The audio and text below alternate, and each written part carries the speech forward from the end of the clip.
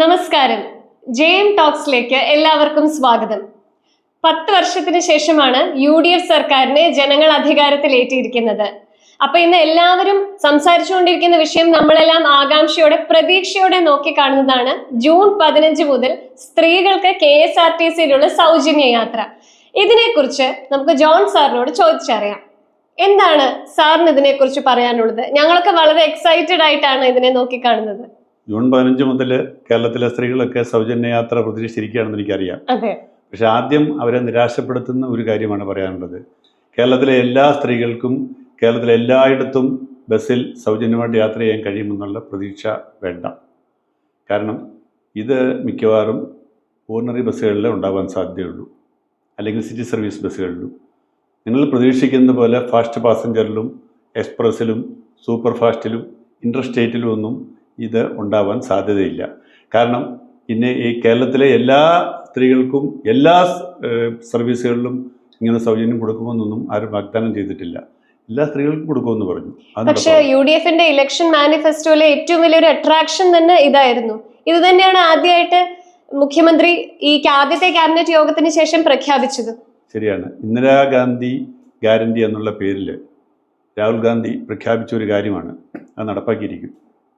പക്ഷെ നടപ്പാക്കുമ്പോൾ സംസ്ഥാനത്തിൻ്റെ സാമ്പത്തിക സ്ഥിതി അനുസരിച്ചും സംസ്ഥാനത്തിൻ്റെ KSRTCയുടെ ഇന്നത്തെ അവസ്ഥ എല്ലാം പരിഗണിച്ചുമായിരിക്കും നടപ്പാക്കുന്നത്.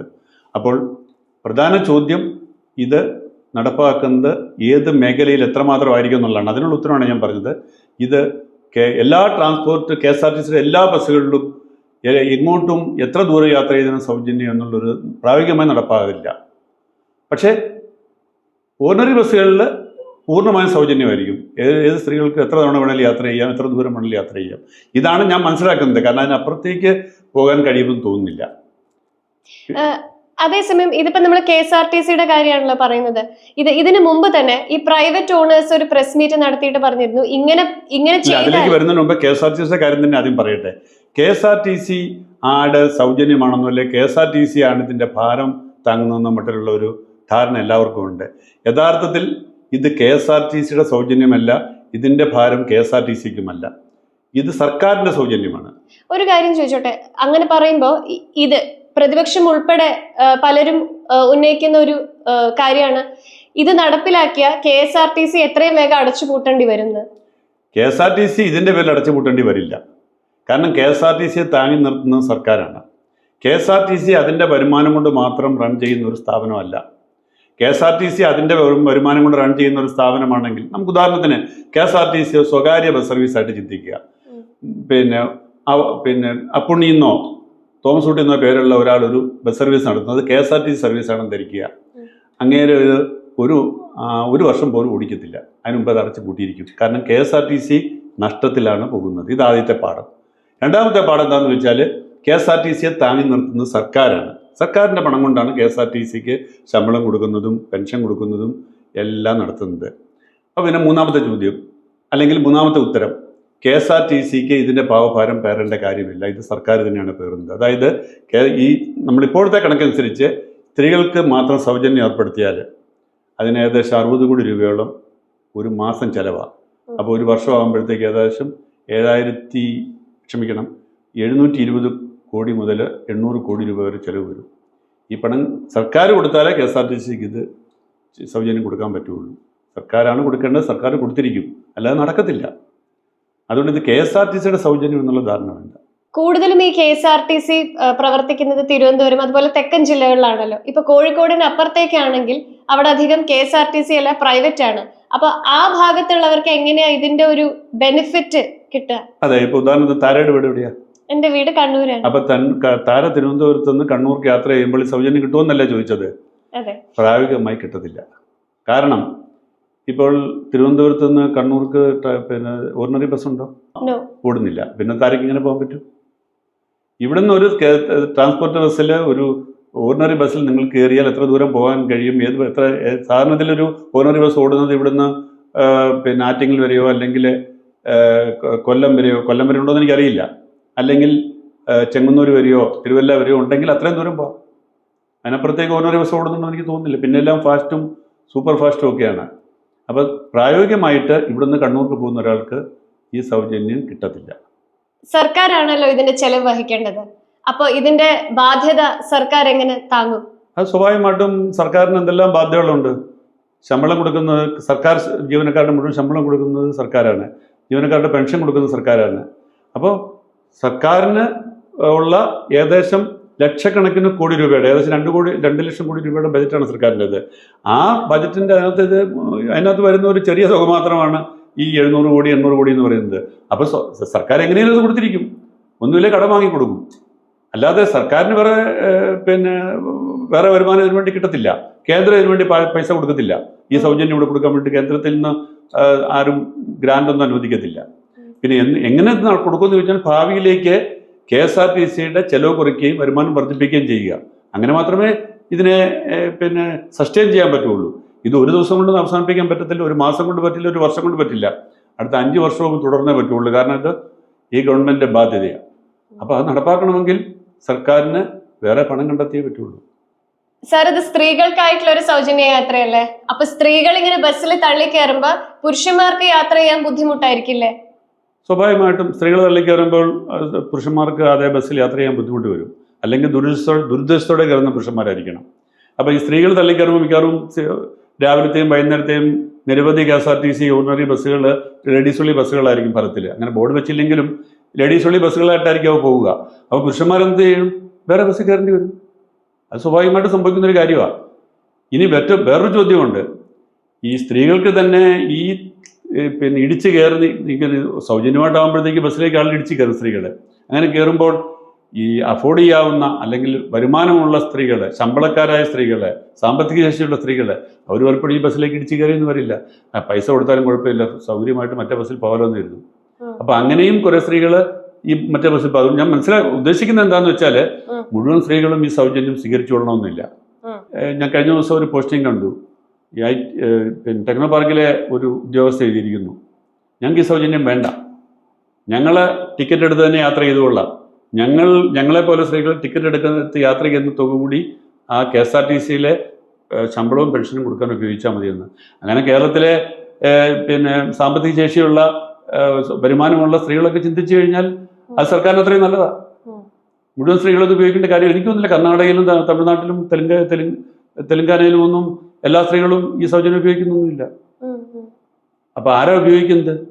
പാവപ്പെട്ട സ്ത്രീകളെ ഉദ്ദേശിച്ച് തന്നെയാണ് ഇത് ചെയ്തിരിക്കുന്നത്. അങ്ങനെ പറഞ്ഞിട്ടില്ല, അങ്ങനെ ഡിസ്ക്രിമിനേഷൻ നടത്തിയിട്ടില്ല എങ്കിൽ പോലും ഫലത്തിൽ ഇതിന്റെ റിസൾട്ട്, ഇതിന്റെ ആനുകൂല്യം, ഇതിന്റെ ഗുണം വരാൻ പോകുന്നത് പാവപ്പെട്ട സ്ത്രീകൾക്കാണ്. കാരണം എങ്കിലും എന്നും ജോലിക്ക് പോകുന്നവർക്ക്, ടീച്ചർമാർക്ക് അല്ലെങ്കിൽ അങ്ങനെയുള്ളവർക്കും അല്ല, എന്നും ജോലിക്ക് പോകുന്നവർ പലതരത്തിലുള്ളവരുണ്ട്. ടീച്ചർമാർ ജോലിക്ക് പോകുന്നു, അവർ നല്ല ശമ്പളമുള്ളവരാ. സെക്രട്ടേറിയറ്റിലെ ഉദ്യോഗസ്ഥന്മാർ ജോലിക്ക് പോകുന്നു, നല്ല ശമ്പളമുള്ളവരാ. ഇവിടെയുള്ള സർക്കാർ ഓഫീസുകളിൽ ജോലിക്ക് പോകുന്നവർ ശമ്പളമുള്ളവരാ. ഇവിടെയുള്ള നല്ല പ്രൈവറ്റ് സ്ഥാപനങ്ങളിൽ ജോലിക്ക് പോകുന്നവർ ശമ്പളമുള്ളവരാ. അതേസമയം ഇവിടെ തിരുവനന്തപുരത്ത് വന്ന് ജോലി ചെയ്യുന്ന പാവപ്പെട്ട വീട്ടുജോലിക്കാരുണ്ട്. ഈ സിറ്റി സബർബ്സിൽ നിന്ന്, ചുറ്റുവട്ടത്തു നിന്നൊക്കെ ധാരാളം സ്ത്രീകൾ സിറ്റിയിലെ വീടുകളിൽ വന്ന് ജോലി ചെയ്യുന്നുണ്ട് ദിവസവും. എനിക്ക് തോന്നുന്നു ഈ ബസ്സിലൊക്കെ രാവിലെ ഈ സിറ്റി ഔട്ട്സ്കേർട്സിൽ നിന്നൊക്കെ വരുന്ന ബസ്സുകളിൽ നല്ല പങ്ക് സ്ത്രീകളും സിറ്റിയിൽ ജോലി ചെയ്യുന്ന പാവപ്പെട്ട സ്ത്രീകളാണ്. അപ്പോൾ അവരെ സംബന്ധിച്ച് ഇതൊരു വലിയ സൗകര്യമാണ്. കാരണം അവർക്ക് ഒരു ദിവസം കിട്ടുന്നത് ശമ്പളം 300 രൂപ, 400 രൂപ, 500 രൂപയൊക്കെ ആയിരിക്കും. അതിനകത്ത് 100 രൂപ എടുത്ത് ബസ് ചാർജ് കൊടുക്കുക എന്ന് പറഞ്ഞാൽ അവർക്ക് വലിയ ബുദ്ധിമുട്ടാണ്. അപ്പോൾ അത് ഒഴിവാക്കി കിട്ടുക എന്ന് പറയുമ്പോൾ അവരെ സംബന്ധിച്ച് അവർക്ക് ആ പണം അധികമായിട്ട് കിട്ടുകയാണ്. അത് വാസ്തവത്തിൽ ആ സാധാരണക്കാരായ സ്ത്രീകളെ സംബന്ധിച്ച് അവരുടെ ഒരു ശാക്തീകരണമാണ്. എന്ന് മാത്രമല്ല, ഇതിന് വേറൊരു ഗുണമുണ്ട്. ഇങ്ങനെ അധികമായി കിട്ടുന്ന പണം മാർക്കറ്റിലേക്ക് എത്തുകയാണ്. അപ്പോൾ മാർക്കറ്റിലേക്ക് എത്തുക എന്ന് പറഞ്ഞാൽ അതിൻ്റെ ഗുണവും സർക്കാരിന് തന്നെയാണ് കിട്ടുന്നത്. അപ്പോൾ ഇത് സർക്കാർ വൺ ടൈമായിട്ട് ഒരു വർഷം 800 കോടി രൂപ പരമാവധി ചെലവഴിക്കേണ്ടി വരുമ്പോൾ അത് സ്ത്രീകളെ സംബന്ധിച്ച് അവർക്ക് കിട്ടുന്ന ഗുണങ്ങളെ, മാർക്കറ്റിലെത്തുന്ന പണം, ഇങ്ങനെയെല്ലാം ചിന്തിച്ചു കഴിയുമ്പോൾ ഇതിൻ്റെ അനുകൂലമായ ഘടകങ്ങളുണ്ട്. ഇതിനു മുമ്പ് തന്നെ പ്രൈവറ്റ് ബസ് ഓണേഴ്സ് ഒരു പ്രസ് മീറ്റ് നടത്തിയിരുന്നു. ഇതിങ്ങനെ നടപ്പിലായ അവരായിരിക്കും ബുദ്ധിമുട്ടാൻ പോകുന്നതെന്നൊക്കെ. അപ്പൊ ഇത് സ്വകാര്യ ബസ് ഉടമകളെ ഇതെങ്ങനെ ബാധിക്കും? സ്വകാര്യ ബസ് ഉടമകളെ തീർച്ചയായിട്ടും ഇത് ബാധിക്കും. കാരണം സ്വകാര്യ ബസ് ഉടമകളെന്ന് പറയുന്നത് ഈ KSRTC പോലെ സർക്കാർ താങ്ങി നിർത്തുന്ന ഒരു സംവിധാനമല്ല. അവർ 1, 2, 3 ബസ്സൊക്കെ ഉള്ള ആളുകളാണ് അധികവും. ചിലപ്പോൾ ഒരു ബസ്സുള്ള ആളുകളുണ്ട്. അപ്പോൾ അവരൊക്കെ വളരെ കഷ്ടപ്പെട്ട് അവരുടെ ചിലവുകൾ പരമാവധി കുറച്ച് അവർ തന്നെ ജോലി ചെയ്തുമൊക്കെയാണ് ഈ ബസ് സർവീസ് മുന്നോട്ട് കൊണ്ടുപോകുന്നത്.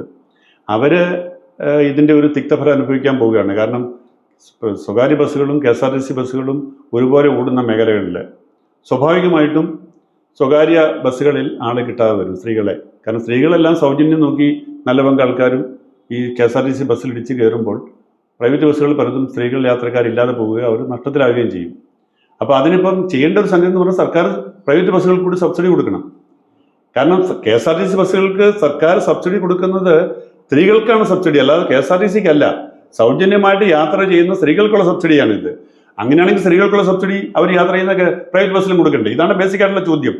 സർക്കാർ അതിന് തയ്യാറാകുമോ, സർക്കാർ അതിനുള്ള സാമ്പത്തിക ശേഷിയുണ്ടോ, വരുമാനം ഉണ്ടോ എന്നുള്ള വേറെ കാര്യം. പക്ഷെ നീതിയാണെങ്കിൽ സർക്കാർ പ്രൈവറ്റ് ബസ്സുകൾക്കും ഈ സൗജന്യം ഏർപ്പെടുത്തണം. ഒരു സംശയം, ഇതിപ്പോ ഈ ബാക്കിയുള്ള ഓട്ടോ ഡ്രൈവർമാര് അവരെയൊക്കെ ബാധിക്കില്ല? അവരെയും ബാധിക്കും. കാരണം ഓട്ടോ ഡ്രൈവർമാരെ സംബന്ധിച്ച് കഴിഞ്ഞ ദിവസം ഞാൻ ഒരു ഓട്ടോ യാത്ര ചെയ്യുമ്പോൾ ആ ഡ്രൈവർ പറയുകയായിരുന്നു, സാറേ ഒന്നാമത് ചാർജ് ഈ പിന്നെ പെട്രോളിന് ഡീസലിന് ചാർജ് വർദ്ധിക്കുന്നു, ഞങ്ങൾക്ക് ചാർജ് വർദ്ധിപ്പിക്കാൻ നിവൃത്തിയില്ല. അതിൻ്റെ കൂടെ ഇപ്പം ഈ സൗജന്യം വരുമ്പോഴത്തേക്ക് സ്വാഭാവികമായിട്ടും ഇപ്പം ഈ ഓട്ടോയിലേക്ക് യാത്ര ചെയ്യുന്ന സ്ത്രീകൾ വിചാരിക്കുക, പിന്നെ എന്തിനാണ് ഓട്ടോയ്ക്ക് കാശ് കൊടുക്കുന്നത്? പുരുഷന്മാരൊക്കെ കൂടുതൽ സ്ത്രീകൾ അങ്ങനെ ചിന്തിക്കും, എന്തിനാണ് ഓട്ടോയ്ക്ക് കാശ് കൊടുക്കുന്നത്, ബസ്സിൽ ഫ്രീ ആയിട്ട് പോകാമല്ലോ. അതുകൊണ്ട് അവർ ബസ് യാത്ര തുടങ്ങിയാൽ ഞങ്ങളുടെ വരുമാനം കുറയും, അതുകൊണ്ട് ഞാനൊരു മാസം കഴിഞ്ഞാൽ ഈ ഓട്ടോ ഓടിയിലൊക്കെ നിർത്താമെന്ന് വിചാരിക്കുകയാണ് എന്ന് ആ ഒരു മധ്യവയസ്കനായ ഒരു ഓട്ടോ ഡ്രൈവർ എന്നോട് ഇന്നലെ പറഞ്ഞതേ ഉള്ളൂ. അപ്പോൾ അത് സംഭവിക്കും. അതുപോലെ തന്നെ ഇത് ഈ വടക്കൻ മേഖലയിലൊന്നും പിന്നെ ട്രാൻസ്പോർട്ട് ബസ്സുകൾ അധികം ഇല്ല. 100 പിന്നെ പ്രൈവറ്റ് ബസ്സിന് 1-2 ട്രാൻസ്പോർട്ട് ബസ് അവിടെ ഉള്ളത്. അപ്പോൾ അവിടെയൊക്കെ ഈ KSRTCയുടെ സൗജന്യം ആളുകൾക്ക് പ്രയോജനപ്പെടത്തില്ല. അങ്ങനെ ഒരു വശം കൂടി ഇതിനുണ്ട്. അപ്പൊ അവിടെ ഇത് പ്രയോജനപ്പെടുമെങ്കിൽ അവിടെ കൂടുതൽ ട്രാൻസ്പോർട്ട് ബസ് സർവീസുകൾ കൊണ്ടുവരണം, എന്നാൽ മാത്രമേ സ്ത്രീകൾക്ക് ഇതിന് സൗജന്യം കിട്ടുകയുള്ളൂ. പക്ഷെ ദക്ഷിണ മേഖലയിൽ, കേരളത്തിലെ തെക്കൻ ജില്ലകളിൽ, പ്രത്യേകിച്ച് സെൻട്രൽ ട്രാവൻകൂറിലും തെക്കൻ മേഖലയിലും ഒക്കെ ധാരാളം KSRTC ബസ്സുകൾ ഓടുന്നുണ്ട്. അതിൻ്റെ ബെനിഫിറ്റ് ഏറ്റവും കൂടുതൽ കിട്ടാൻ പോകുന്നത് തെക്കൻ കേരളത്തിലാണ് എന്നൊരു വശം കൂടിയുണ്ട്. അപ്പോൾ ഒരു സ്വാഭാവികമായിട്ടും ചോദ്യം ചോദിക്കുക, അങ്ങനെ ഒരു സർക്കാർ ചെയ്യുന്ന ഒരു കാര്യത്തിൻ്റെ ആനുകൂല്യം ഒരു മേഖലയ്ക്ക് മാത്രമായിട്ട് കിട്ടുന്നത് ശരിയാണോ എന്ന്. അതൊക്കെ സർക്കാർ മറുപടി പറയേണ്ട കാര്യങ്ങളാണ്.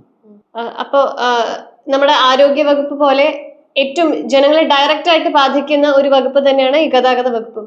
അപ്പോൾ ഈ വകുപ്പില് ഇനി ഇതിന്റെ ഫ്യൂച്ചർ എന്തായിരിക്കും? എന്തൊക്കെ മാറ്റങ്ങൾ വരുത്തണം എന്നാണ് സാറിന്റെ ഒരു അഭിപ്രായത്തിൽ? മാറ്റങ്ങൾ വരുത്തേണ്ടത് എനിക്ക് തോന്നുന്നത്, ഇപ്പം സ്ത്രീകൾ സൗജന്യമായിട്ട് യാത്ര ചെയ്യുമ്പോൾ സ്വാഭാവികമായിട്ടും ആ ബസ്സുകളിൽ കയറാൻ പറ്റാത്ത, കുറച്ച് സാമ്പത്തിക ശേഷിയുള്ള, അല്ലെങ്കിൽ സൗജന്യം വേണ്ടാത്ത വേറെ സ്ത്രീകളുണ്ടാവും.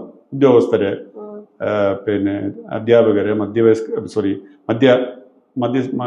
മിഡിൽ ക്ലാസ് സ്ത്രീകളൊക്കെ, അവര് ഈ ഇത്തരത്തിലുള്ള ബസ്സുകൾ, ഇതൊക്കെ ഒരുമതി ലേഡീസ് ഉള്ളി ബസ്സുകളൊക്കെ പോലെ ഓടുമ്പോൾ അവരത് വിട്ടിട്ട് സാധാരണ മറ്റു ബസ്സുകളിൽ കയറുമ്പോൾ അവിടെ കുറച്ചുകൂടെ നല്ല സൗകര്യങ്ങൾ കൊടുക്കണം. അവർ കൃത്യമായിട്ട് ആ ബസ്സുകൾ ഓടുക. അങ്ങനെ ഓടുമ്പോഴത്തേക്ക് അവർ വിചാരിക്കും, ഈ ലേഡീസ് ഉള്ളി ബസ്സിൽ കയറിയിട്ട് ബുദ്ധിമുട്ട് അനുഭവിക്കേണ്ട കാര്യമൊന്നുമില്ല, കാശ് കൊടുത്താൽ സുഖമായിട്ട് യാത്ര ചെയ്യാമല്ലോ എന്ന് കരുതുമ്പോൾ അവർ ആ ബസ്സിൽ കയറുകയും അങ്ങനെ കിട്ടുന്ന വരുമാനം ഇതിന് സബ്സിഡൈസ് ചെയ്യാൻ ഉപയോഗിക്കുകയും ചെയ്യാം. ഇതിന് മറ്റൊരു വശമാണ്. അപ്പം എന്തായാലും ഈ സൗജന്യ യാത്ര ഒഴിച്ചുള്ള ബസ് സർവീസുകളുടെ നിലവാരം കൂടുതൽ മെച്ചപ്പെടുത്തേണ്ടി വരും. അപ്പോൾ കൂടുതൽ യാത്രക്കാർ അതിലോട്ടേക്ക് പോകും. അങ്ങനെ ഇത് പാവങ്ങൾക്ക് മാത്രമുള്ള, അല്ല സാമ്പത്തികമായിട്ട് പിന്നോക്കം നിൽക്കുന്ന ആൾക്ക് മാത്രമുള്ള ഒരു സൗജന്യമായി കാലക്രമേണ മാറിയാൽ മാത്രമേ ഇതിൻ്റെ ഉദ്ദേശ ലക്ഷ്യങ്ങൾ സാധ്യമാകൂ. അല്ലാതെ എല്ലാ സ്ത്രീകൾക്കും സൗജന്യയാത്ര കൊടുക്കാൻ ഉള്ള ഒരു വെൽഫെയർ സ്റ്റേറ്റ് അല്ല കേരളം. അങ്ങനെ എല്ലാ സ്ത്രീകൾക്കും സൗജന്യം കൊടുക്കാനുള്ള സാമ്പത്തിക ഭദ്രതയുള്ള സ്റ്റേറ്റ് അല്ല കേരളം. അങ്ങനെ എല്ലാ സ്ത്രീകൾക്കും സൗജന്യയാത്ര കൊടുക്കാനുള്ള സാമ്പത്തിക ഭദ്രതയുള്ള ഒരു സ്ഥാപനമല്ല KSRTC. അപ്പോൾ ജൂൺ 15 മുതൽ സ്ത്രീകൾക്ക് KSRTCയിൽ സൗജന്യ യാത്ര ലഭ്യമാക്കുന്നതിലെ പ്രശ്നങ്ങളും പ്രതീക്ഷകളുമാണ് നമ്മൾ ഇന്ന് ചർച്ച ചെയ്തത്. അപ്പൊ പുതിയൊരു വിഷയവുമായി നമുക്ക് അടുത്ത എപ്പിസോഡിൽ കാണാം. Thank you sir.